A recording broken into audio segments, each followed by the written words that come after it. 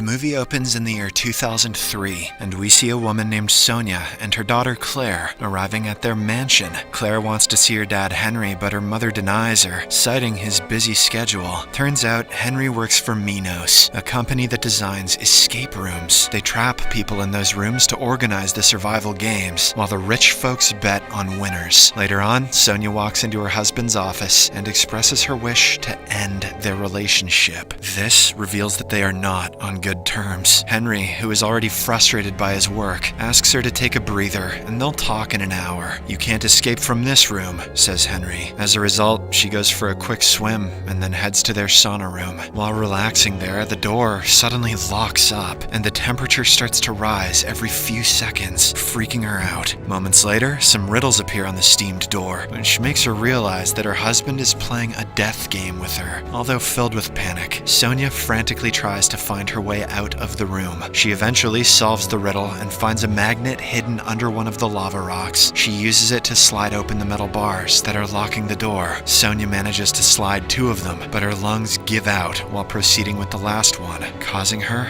to die inside the sauna. The scene cuts to the present day, and we are introduced to Zoe Davis and Ben Miller, who are the former survivors of an escape room orchestrated by the Minos Corporation. Now they plan to fly to New York in order to expose this shadowy organization. On the other hand, we see Claire, who is now grown up and works for Minos. However, this seems to be against her will, because she's locked inside a glass room and is forced to make escape rooms for her father. This guy is like the exhibit of escape rooms. It appears that Henry is planning to kill the former survivors. Claire argues against her father, saying that she understands Zoe because they both know what it's like to lose their mothers. However, Dad remains resolute in his decision. Elsewhere, as Ben and Zoe prepare to board a flight, the latter experiences PTSD from when her mom died in a plane crash a few years ago. This makes her so uncomfortable that she refuses to get on the flight at the last moment. Following this, they rent a car and opt to drive there instead. After hours of driving, the two pull over at a hotel to spend a night there. At midnight, Ben has a nightmare in which he experiences the room shaking and the ceiling slowly starting to come down. As the situation gets intense, he suddenly snaps out of it with cold sweats. He also has a weird boner for some reason. The duo then continues their journey and eventually reaches the supposed Minos facility within an alley. Although there aren't any signs of the headquarters, Zoe urges Ben to look around the place. During this, they are approached by a local thug who runs away after snatching Zoe's necklace, a sentimental item from her mother. They chase the thug down the streets and into a subway station, leading them to a train car. However, the thug escapes, leaving them stuck inside. With all hope seemingly lost, the two plan to get off at the next station and return to the building. Shortly after, Ben and Zoe sense something strange about the train car, especially the weird noises. As a result, they check the conductor's station and find nobody inside. Soon enough, their train car detaches from the rest and is redirected to a remote station with no button to stop it. Alongside Zoe and Ben, there are 4 other passengers: Rachel, Brianna, Nathan, and Theo, who also happen to be former survivors of the escape room. The train stops at a dead end, throwing them all over the car. As they gather themselves, the train becomes electrified, which makes them realize that they are once again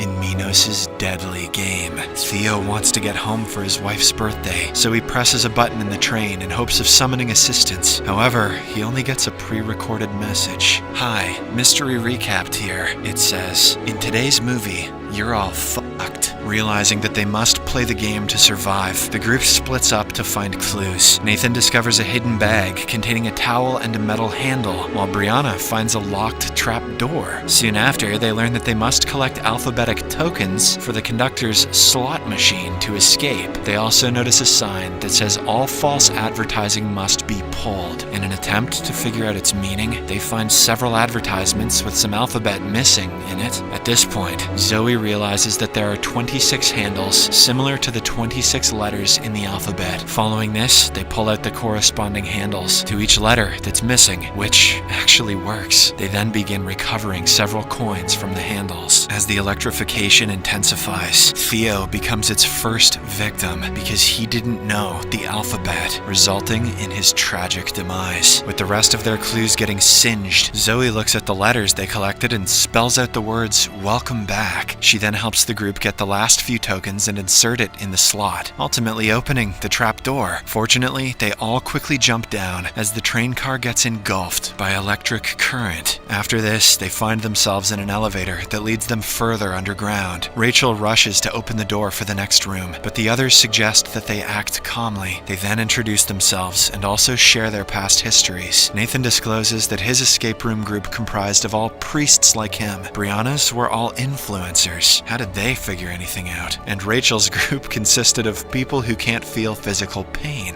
What? After a brief conversation, the group makes their way to a room that turns out to be a bank. While wandering around, Brianna accidentally steps on a tile that triggers a laser system, trapping her in place. Fortunately, there's Rachel and Nathan, who help her off the tile. They then notice a closing vault on the other side of the room, seemingly their way out. However, they need to get the correct pattern through the tiles to get there. With only 10 minutes of time remaining, the group begins searching for clues. They soon find a key inside a lollipop, which they then try using in the safety deposit boxes. Brianna tries licking the lollipop, but she doesn't have an ear-shaped microphone or an audience, so it's ineffective. As they fail miserably, Zoe spots a safety box which is labeled as Sonia instead of numbers. Upon opening it, she discovers some blank bills with a 4-digit code hidden in it. Nathan enters this code into an ATM, causing 4 wall clocks to display different times. He then corresponds the clock times with the tiles and proceeds to test the route, while also leaving a trail of lollipops for the group to follow. At one point, he gets lost and steps on the wrong tile, triggering the laser and knocking him down to the ground. Brianna and Rachel hurriedly lift him off the tile, deactivating the lasers. With only 1 minute left, Zoe finds a chart with the remaining pattern of the tiles and guides the group towards the exit, with Ben carrying Nathan. In the last few seconds, Zoe makes a run and barely manages to enter the vault. Once inside, the group finds themselves in a cave, which soon starts to collapse. As a result, they rush towards the exit and end up in a beach-like room. Wasting no time, they begin looking for the clues, eventually discovering a metal detector. Using it, they locate a reactive spot and start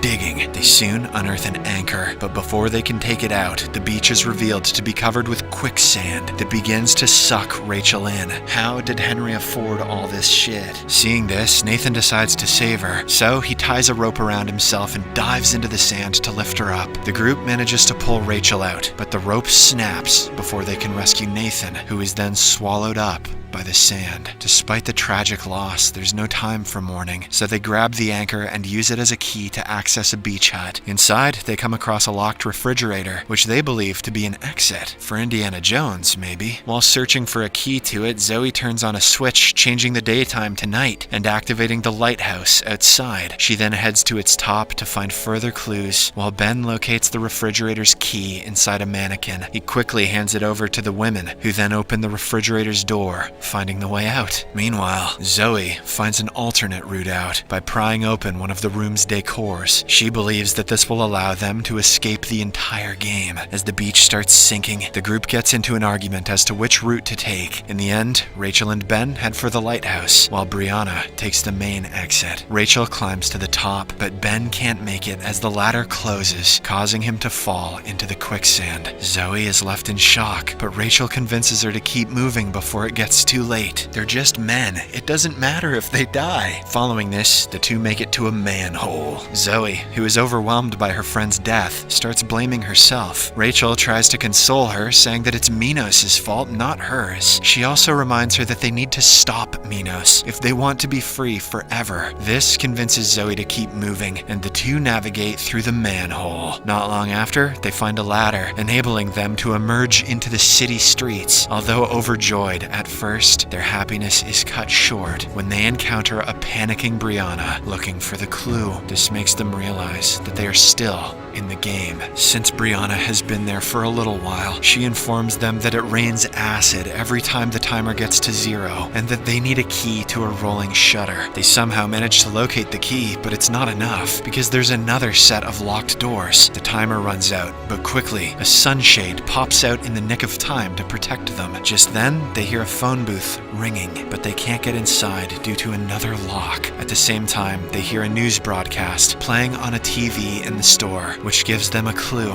They need to collect the acid water to melt down the lock. The trio acts accordingly and manages to unlock the phone booth, but they hear nothing. With not enough clues to progress, Zoe steps off the booth in search of the next puzzle piece, but the timer runs out on her. Thankfully, Rachel throws her an umbrella, which everyone knows is impervious to acid, while the two of them hide in the phone booth. Amidst the acid rain, Zoe notices an ad mentioning 3 rings, so she instructs them to answer the phone on the 3rd ring. They follow her advice, and the taxi door opens, providing Zoe with shelter from the acid. As the rain stops, Brianna and Rachel also run to the cab, but its door closes. To their bad luck, the phone booth also shuts, leaving them without any shelter. They desperately try to find a way in, but to no avail. As the timer runs out, Rachel accepts her fate and consoles Brianna, too. They hold each other as the acid rain melts them down. Brianna thinks that if she were live right now, she'd be going viral. On the other hand, Zoe is transported right outside Claire's glass room. As Claire pleads for her help in escaping, Zoe notices the blueprints of the escape room, making her realize that she's the one who designed them. Infuriated, she yells at her, accusing her of being a murderer. However, Claire reasons that she was forced to do it by her dad. In order to gain her trust, she shows her footage of Ben, still alive, also revealing that she built a secret extractor tank under the quicksand to rescue his ass. But unfortunately, the guards track him down and throw him into a final room,